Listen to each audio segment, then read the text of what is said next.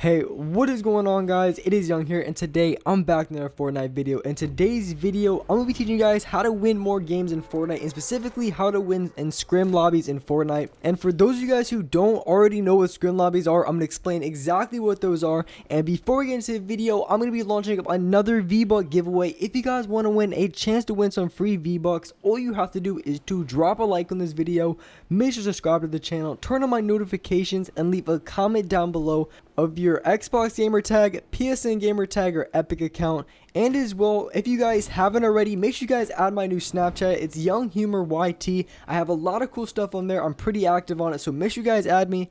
And alright guys, let's get right to the video.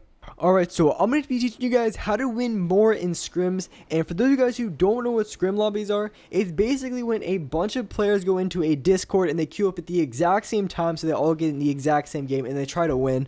And basically, when it comes to scrim lobbies, they're pretty sweaty. There's going to be a lot of really good players trying to win that game. So in a good scrim lobby, typically you can have upwards of 20 teams, which is pretty much almost half the lobby of the game is going to be full of tryhards and sweaty players. So when you want to go for wins, you have to play a lot slower than you normally would. So when you're playing scrims and you want to go for a landing location, of course you want to play passive. You don't want to go tilted towers because you're going to get dropped immediately at the start of the game. So when you're playing in scrims, you want to land somewhere pretty passive where you're not going to have too much contest. And for this game, I landed close to Risky Reels, but there's also some good locations next to Flush Factory, and there's some by the Viking location. So basically, you want to land places where you can get a lot of mats and a lot of good loot before you have to push anybody. Normally, I wouldn't push this team at all unless I had shield, but these guys were completely distracted. I didn't think I could get easy kills on these guys. Guys were completely distracted, and I'm going to be able to get a few tags on the first guy in front of me. So I get one tag on him, and now I hit him for 44 white, so I know he doesn't have any shield at all, so I know it's a very good time to push. And like I said, I normally wouldn't push this, and I always recommend for any game that you're maybe trying to go for the win in a scrim lobby, I'd always recommend trying to grab any sort of shield possible first. Otherwise, you're probably going to get eventually screwed over if you're fighting off multiple teams. So I would always recommend trying to have shield because, you know, one pumps or stuff like that. So always make sure you have shield before you try to push any team at all. So from Risky, we rotated back over. We didn't have too bad of a circle. We was able to get the loot over here.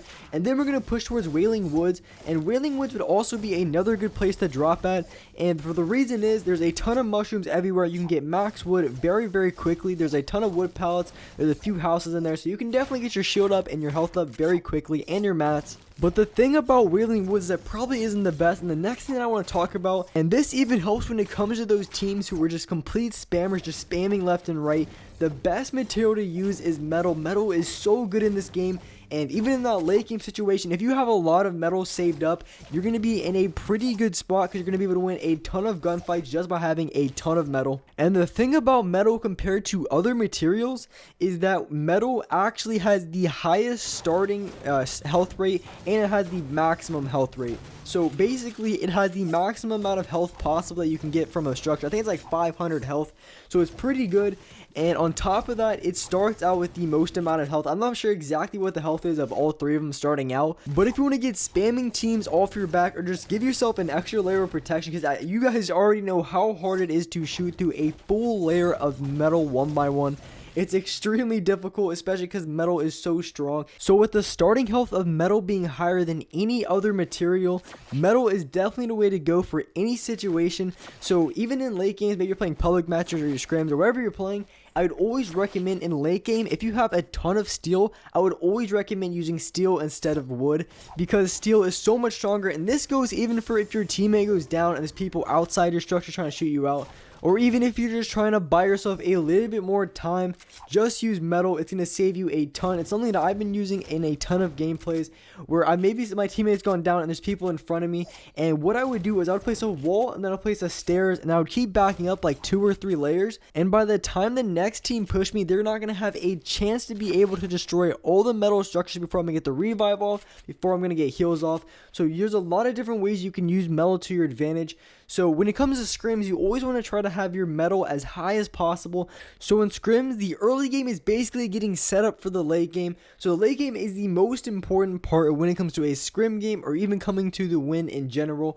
And in the late game, you have to be very cautious on the way you play, and you can really judge this based on the amount of health you have. Luckily in this game, I was at max health. My teammate was at max health. and I also had 9 other minis. I think my teammate was carrying bandages or med kits or something along those lines. So we were in a pretty good spot, but since I don't have any more health wise, I only have shields, so I have to be very cautious of making sure the other players that I'm fighting against aren't going to be tapping into my health, because once I get tapped into my health, I'm not going to be able to, get more heals off, because I don't have a campfire. My teammate does, but if I get separated from my teammate, I might be kind of screwed. So I always want to make sure that I'm not going to go lower than the amount of shield that I have. And on top of the hill to my right, there was a team, and we didn't want to challenge the team. And for the reason we didn't want to challenge the team, even though we had max health, we could have probably fought them and probably won the gunfight, but it would not have been a smart push. For the reason is they already had that high ground, they already had that advantage, and they just killed a team, so they're probably stacked on mats as well. So pushing that team probably wasn't the smartest idea. Instead, we went back towards the edge of the circle, and from here, the reason why we came to this location to play on is because once we came to this location, there's nobody who's going to be behind us, because the edge of the circle is behind us and the circle has already been there, so there is going to be nobody behind us. So that definitely saves us from getting pinched, because getting pinched is the #1 reason why you're probably going to die in lobbies like this. So from this position, we're not going to get pinched, so every single team is going to be in front of us. And from here, I was able to get a few tags on that guy across the map, and the heavy AR is an absolute beast of a weapon. Like, it's doing 60 across the map, and even like mid-range, even with no damage fall off, this gun's an absolute monster. It's like 90 to the head, 88 to the head, and body shots are like 36, 38 plus. So this gun's an absolute monster. I've been using it a ton. The only bad thing about this gun is the bloom, of course, but you just really have to burst fire with it. You can't really spray. If you spray, you're going to miss every single shot. But if you hit your shots with this gun, it does a ton, I mean a ton of damage. So here the other teams are repositioning, and so we have 5 other players that are in this lobby, and they're going to the right side. We're going to have to move to the zone in about 7 seconds. The storm's going to be pushing in, so we're going to have to push that team, but we want to wait it out as much as possible, because the more we wait, the more people are going to be pushing towards the circle and fighting each other.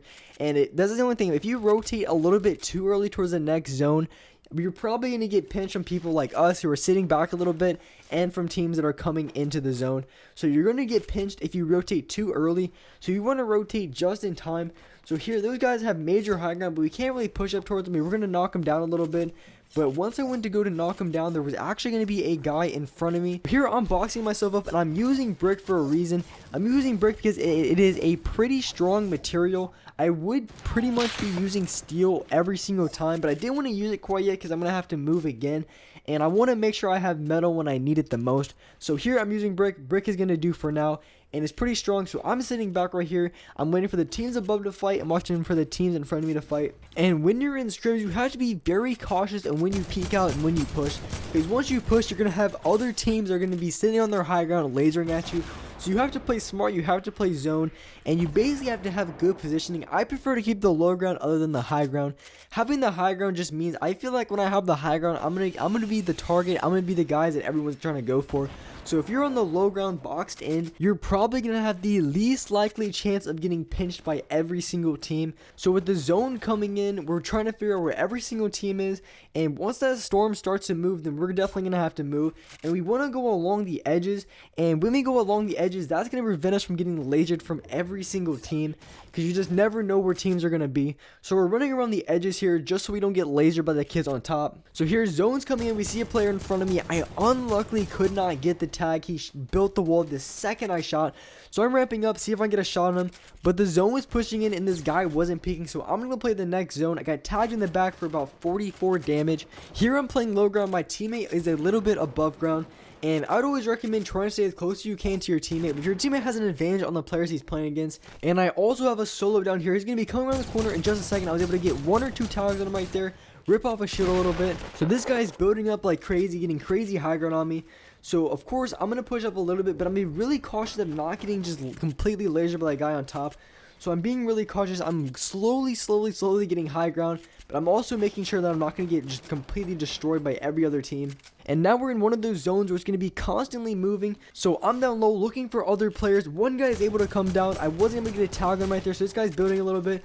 And since he's away from his teammate, this is when I want to go for the play. So here I'm getting really good positioning. I'm getting high ground, and I'm putting myself in a position where this guy's not going to be able to shoot me down. And see how here I'm building out of metal. So even if the player on the bottom wanted to shoot me out, they're not going to be able to. So here I'm going to drop down. This guy's going to come out of the storm. I'm going to pop him.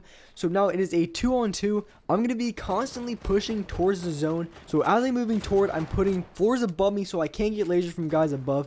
So my teammate's going to be coming down and another guy's going to be following. So right here, we're playing low ground. I always like to play low ground for a lot of reasons. But since those guys have high ground, that doesn't mean they have the best advantage possible, because the storm's going to be coming in and they're going to have to jump off their high ground or build towards the zone. So when people are on high ground, I always try to look for opportunities where they're going to be peeking a little bit too long, or I'm able to get a quick shot on them. And here I'm going to have the craziest shot on this guy. So this guy is above me. I'm going to shoot his ramp out. So I hip fire, go for to shoot his ramp out, and I actually got the kill on him. That was a crazy RNG kill.